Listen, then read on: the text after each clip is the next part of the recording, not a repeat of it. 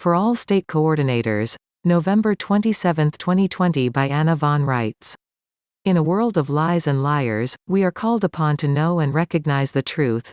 We are also called to be upright in the midst of a lot of turmoil caused by our erring and often misdirected employees, and by misguided patriots, too. The confusion is because people have been left ignorant.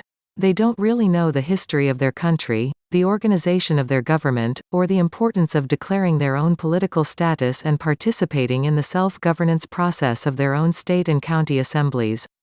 They will, but in the meantime, it is a learning process taking place against a background of chaos.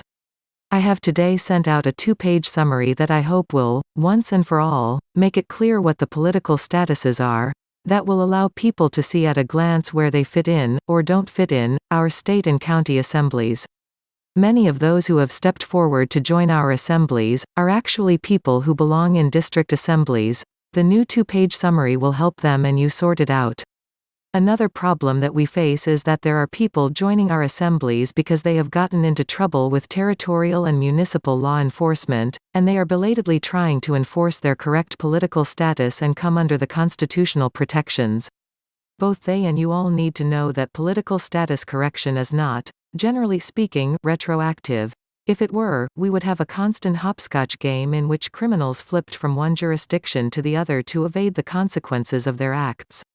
I realize that many of our people have been misinformed and presumed upon, and that jurisdiction is an important aspect of that paradigm, but for those who have already run afoul of territorial and/or municipal law enforcement prior to adopting their birthright political status, defense must be on the basis of the fraud and the details of the misadministration, not political status per se. Any idea that you can just change your political status and thumb your nose at the law enforcement authorities or escape crimes committed while in their jurisdiction needs to be squelched. I recommend that everyone read the thick Red Line Sheriff's Starter Pack to gain a better understanding of the issues, rights, freedoms, and yes, responsibilities involved. Just as people have been illegally trafficked into the foreign jurisdiction of the territorial state of state and municipal government corporations, people can also traffic themselves into similar and even worse conditions by joining other corporations sponsored by other foreign governments. Though it hasn't quite hit home yet for many people, incorporated organizations like Life Force, the Reign of the Heaven Society, the Kingdom of Hawaii, the Republique, the United States of North America, the Unity States of America, Russell Gold's Operation, and similar efforts all represent foreign governments.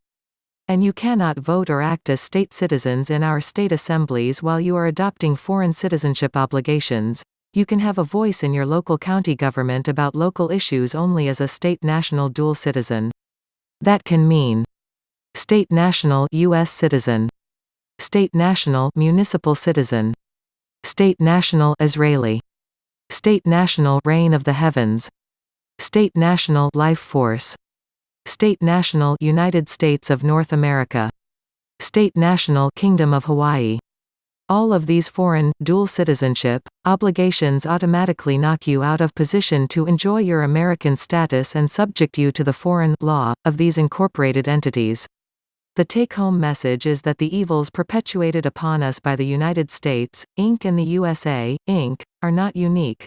Other foreign incorporated entities can do the same thing to unsuspecting people and can subject them to foreign, private, law in exactly the same manner.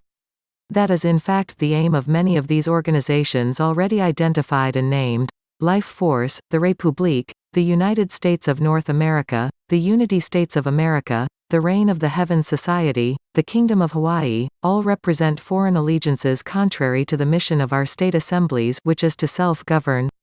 Any other corporation can impose its private law upon you as a condition of employment, receipt of benefits, or other conditions unique to that organization.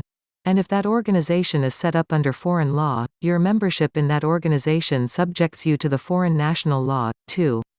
For example, if the Reign of the Heaven Society is incorporated in Costa Rica, I believe that it is, you become liable for not only obeying all the private laws and canons of the corporation as a condition of your membership, you also become liable for obeying the laws of Costa Rica.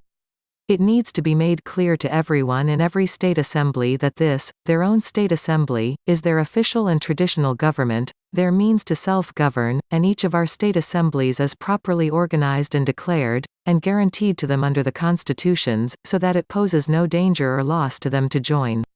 It also needs to be made clear that participation in foreign governments, including the government of foreign corporations, leads inexorably to conflicts of interest and enfranchisement to foreign interests, which is incompatible with our mission and our best interests as Americans and as state governments. You can't be a Jew and a Muslim at the same time. You can't be loyal to the government of Communist China and the state of Nevada at the same time.